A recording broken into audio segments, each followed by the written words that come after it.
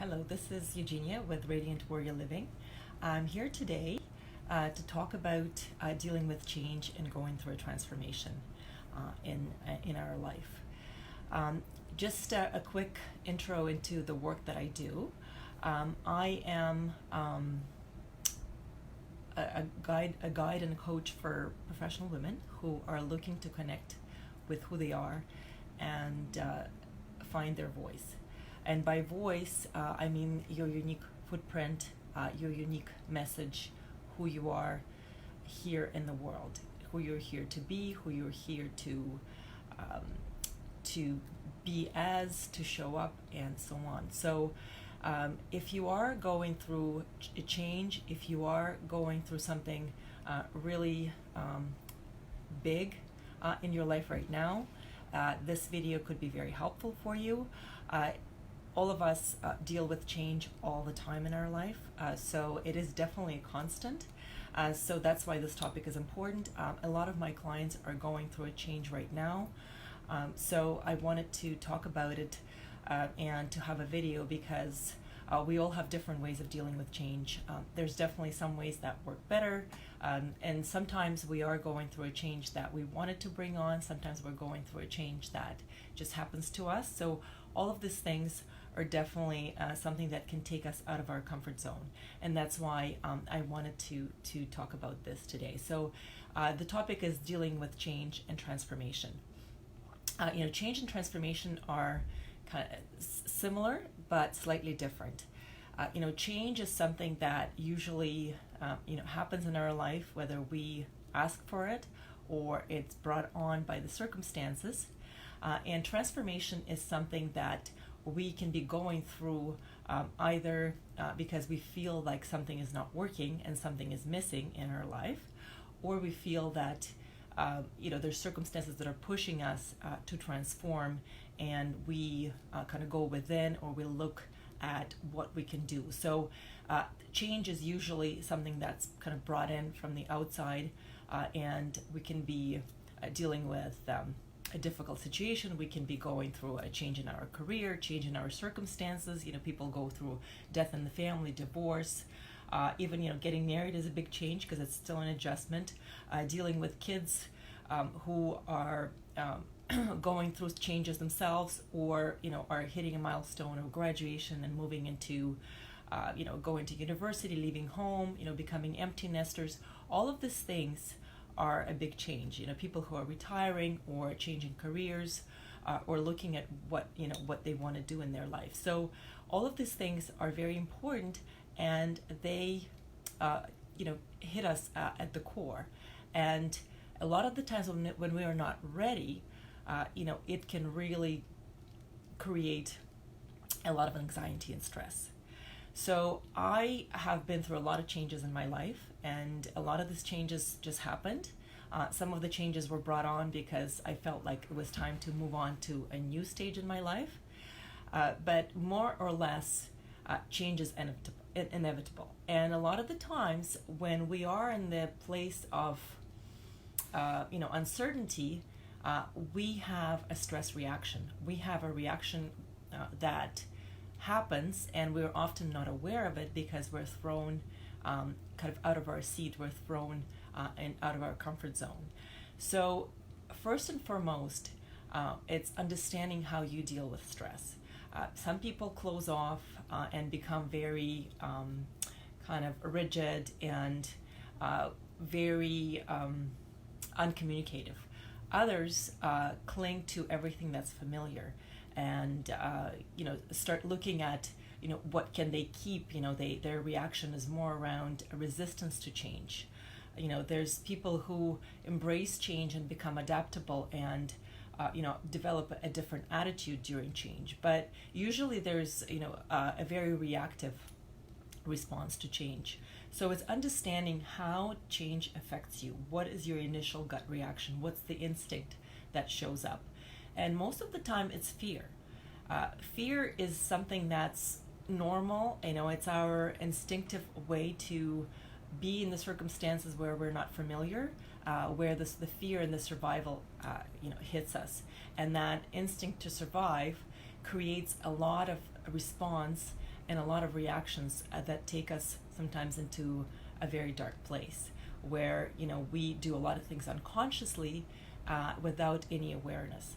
So when you're thinking about something that has happened in the past where it was something significant, maybe traumatic, how did you react to change? It's very important to inquire into the process. What was your reaction? Did you go to sort of a dark place right away? Did you make any judgments right away? Because a lot of the times we go and we come from that place of reaction, and we continue doing the same thing and reacting to change the same way. So when we're able to actually look back and be honest with ourselves and really understand how we react to circumstances, that we can start changing the pattern. If we grew up in the family where our parents reacted a certain way, and they were very stressed, anxious, it made them very, maybe, well, rigid is the word, but also, maybe very kind of angry and resistant, then a lot of the times we pick up that attitude. And we also, if we are that way, then it's something that our kids will pick up and do in their life. So it's very important to understand our reaction to change.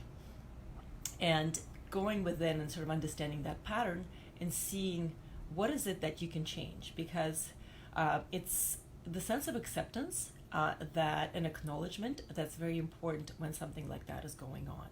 So it's first and foremost, understanding that a change is happening. Second of all, it's acknowledging that you're going through it and accepting the fact that there's circumstances that you might not be able to change right away, and not focusing on the past and what already happened, but looking forward and seeing how can you deal with the situation or with what's happening, and how can you best bring yourself and who you are into the circumstances and into what's going on, and create the awareness of who you are in the circumstances and what you're thinking. What's your mindset? What's your attitude? What are you feeling?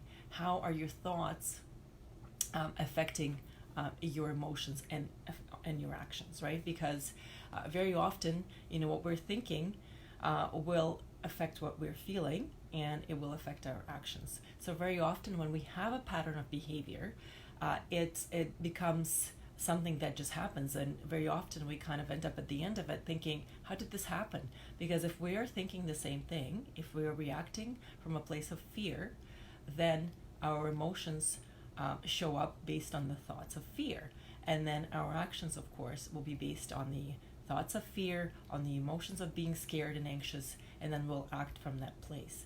So it's understanding that and acknowledging that in yourself, and seeing how can you start looking at changing those thoughts. Is it always that things work out this way? It's bringing a sense of inquisitiveness and curiosity into that moment, and understanding, why am I thinking this way? Where is this pattern coming from? And of course, we all have experienced very negative circumstances and traumatic circumstances in our lives, but it doesn't mean that every circumstance and every change and every situation will be going the same way. So it's understanding that if we are curious in that moment, if we're able to be inquisitive and saying, okay, what is my reaction? Why is this like this? What am I thinking in this specific moment that I could actually change? So, for example, if you're thinking, well, if you're going through a career change, right? For example, sometimes companies downsize, and you see that people are being downsized around you, and you start worrying about your future. I mean, I've seen that in my career. I've seen a lot of friends go through this, and there's a sense of uncertainty and a sense of fear and a sense of what is going to happen to me.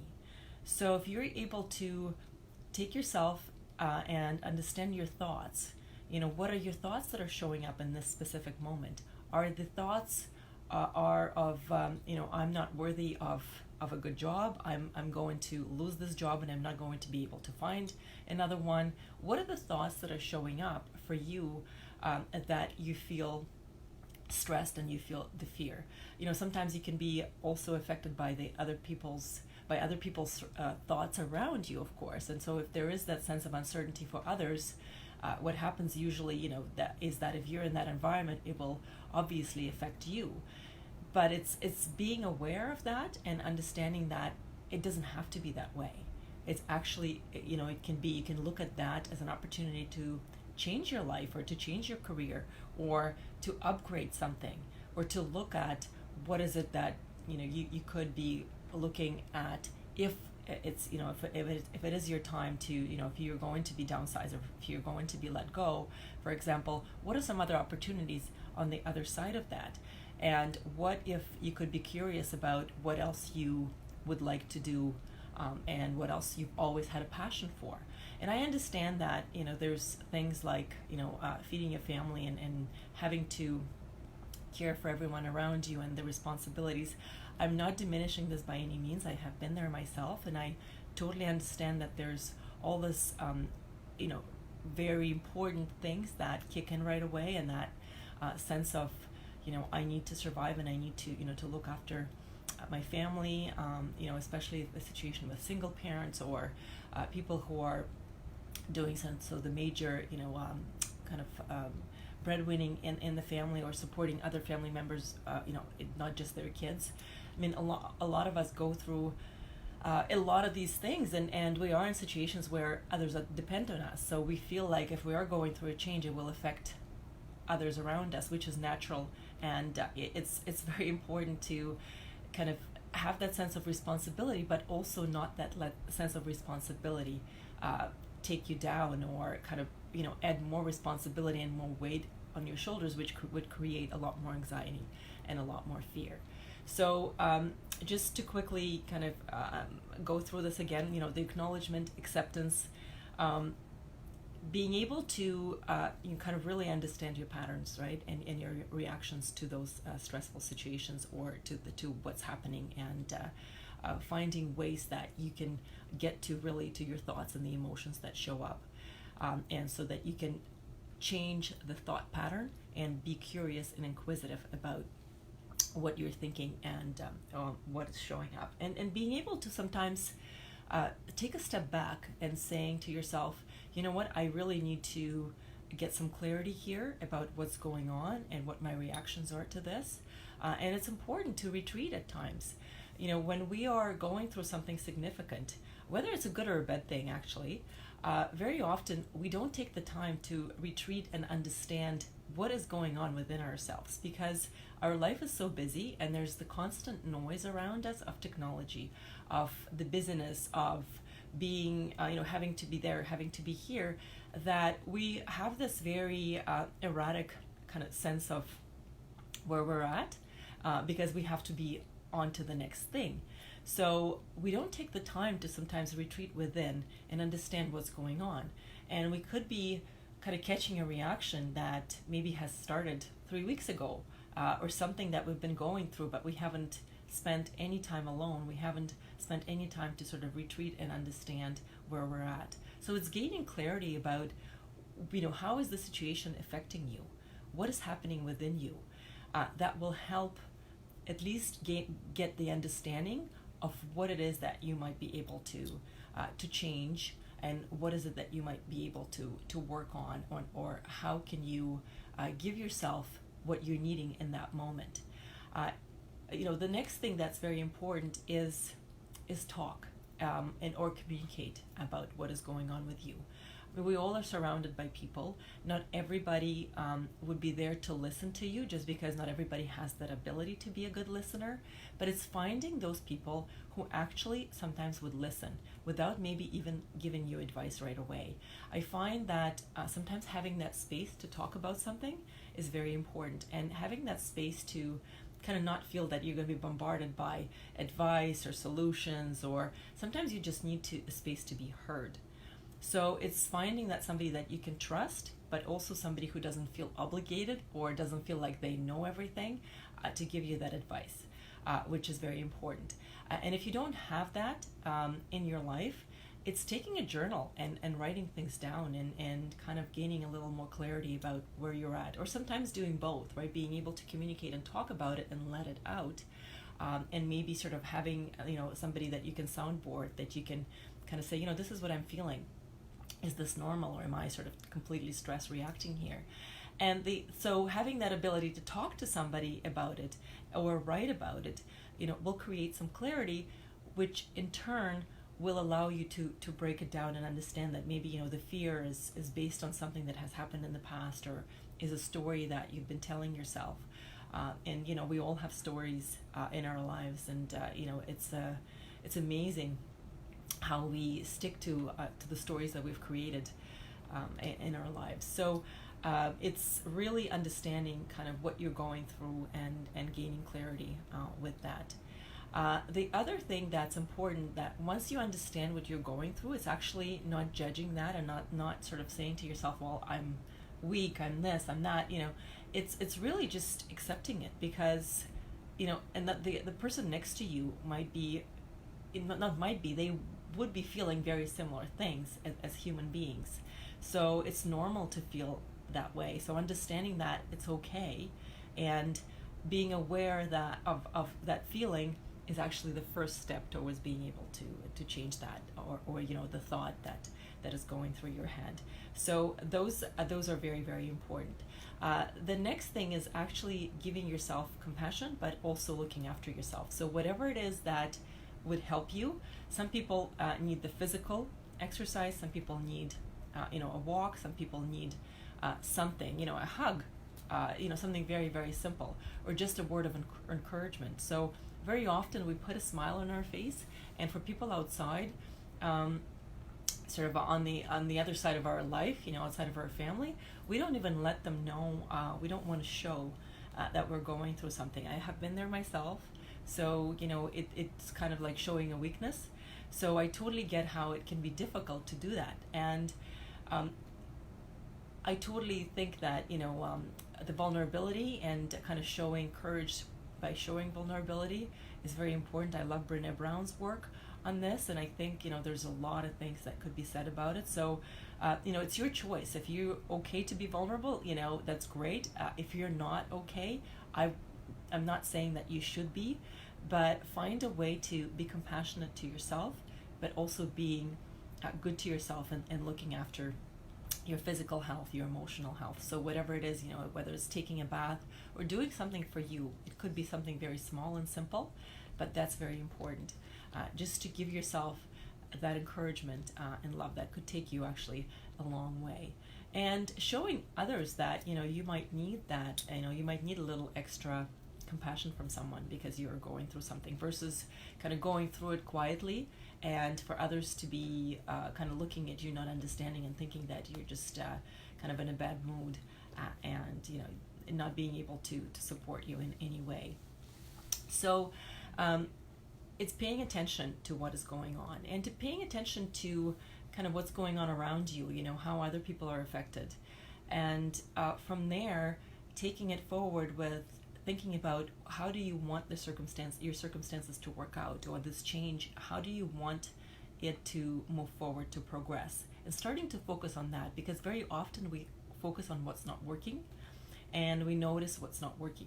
And again, it's a very instinctual thing to do, because when we are focusing on what's not working, we think that we're paying attention and we're right on it. So if something is going wrong, we'll be able to fix it. But what happens with that is that we're so focused on what's not working that we're not really looking ahead.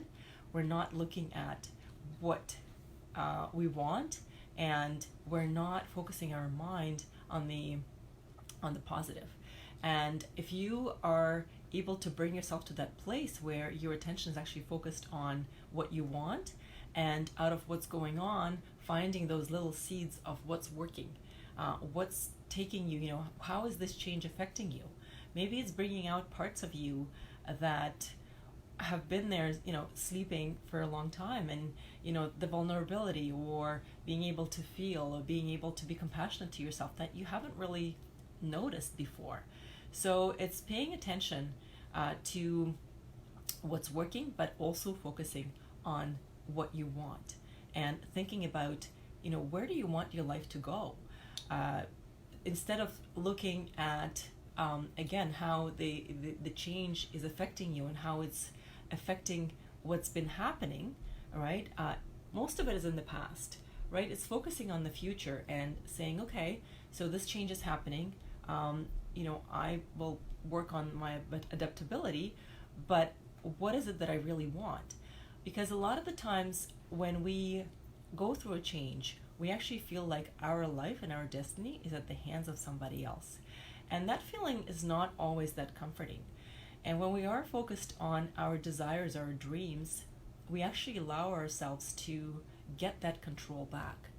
And, having the control, or at least having a say in where we're going and starting to think forward, gives us a sense of not being drifters, but actually being in tune with our life and where we potentially might end up. So it's focusing on kind of what is it that you want.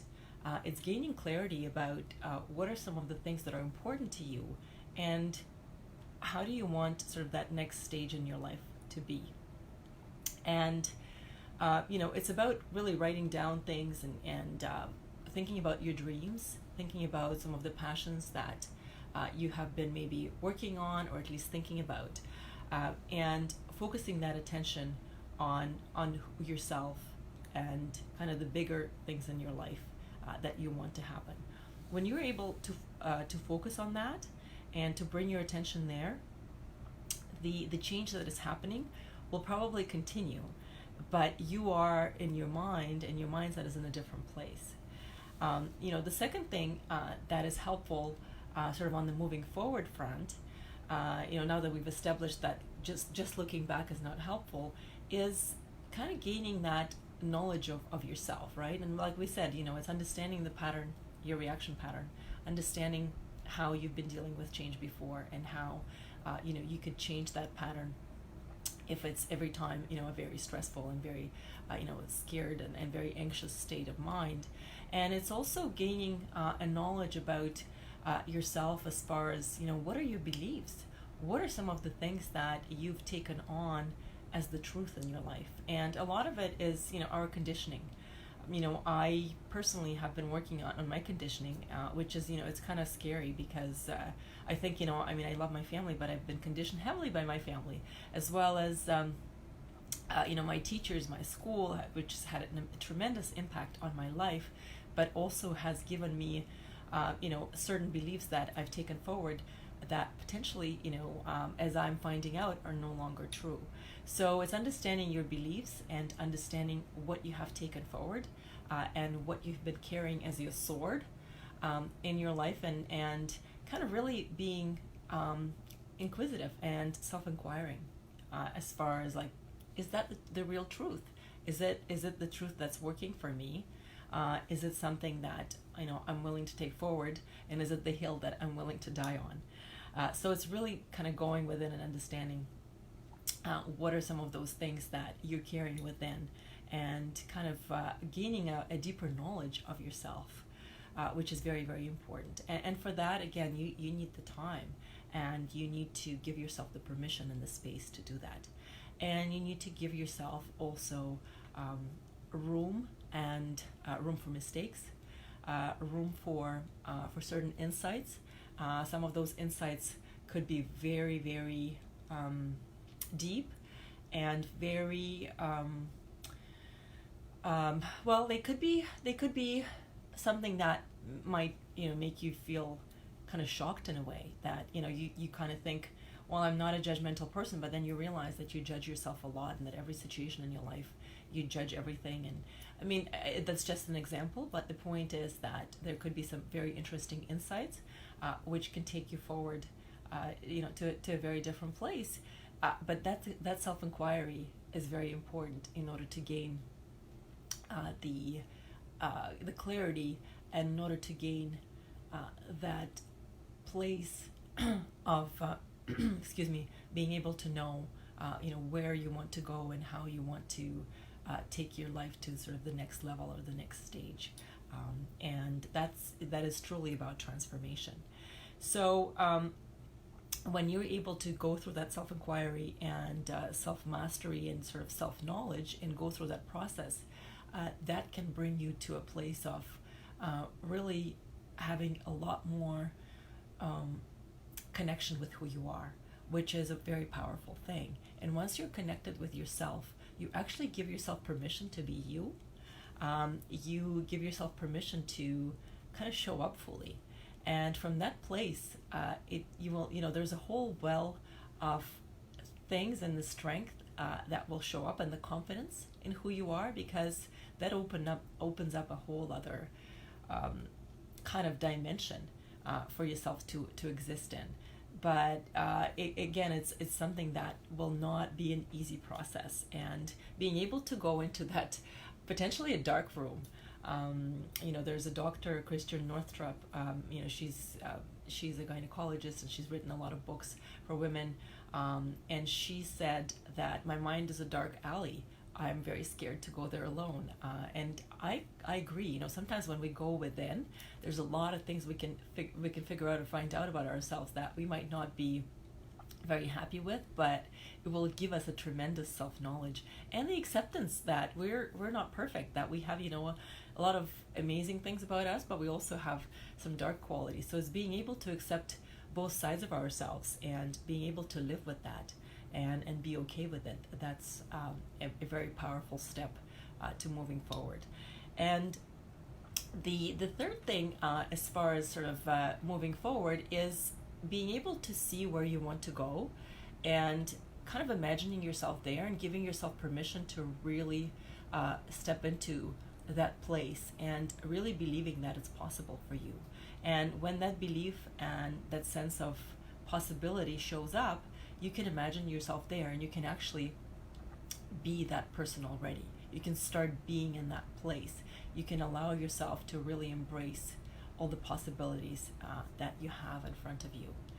So it's really about being strong, and I know the word strong is so overused, but acknowledging and accepting where you're at, understanding your patterns, being able to communicate about what's going on, even with yourself, and if you have people around you, seeing the situation for kind of what it is, and understanding your reactive patterns, paying attention to what's working, and paying attention to kind of where you're at and to what matters, right?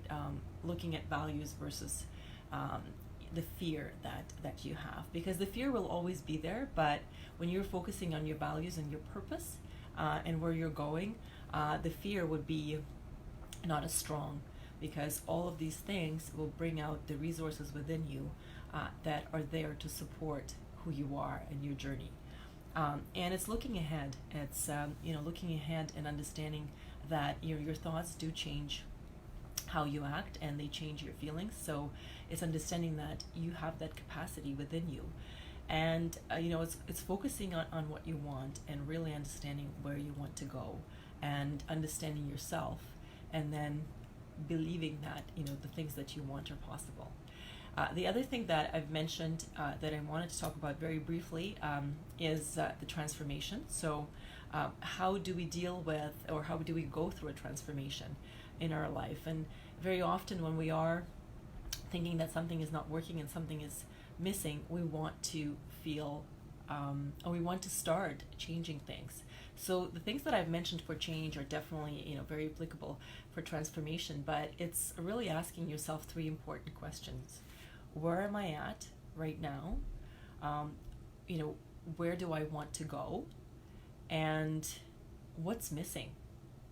What's missing? What are some of the things that I'm feeling that are not there for me, or that I'm feeling are no longer working for me in my life? And very often in our 40s, we actually get to a place that Wayne Dyer called the afternoon of our life, where we start thinking about all the things that we've been working towards, having a career, having a purpose, having kids and a family, or for some of us, it's some other things that, being adventurous and exploring, all of these things we've experienced. And we get to a place of that big question of what's next, or, where am I at? I'm feeling like there's something that's kind of, a little bit empty. So again, it's around really understanding who you are, and sometimes when we don't have the time, or we don't spend the time understanding ourselves, when we are younger, or in our 30s, because we're so busy focusing on other things.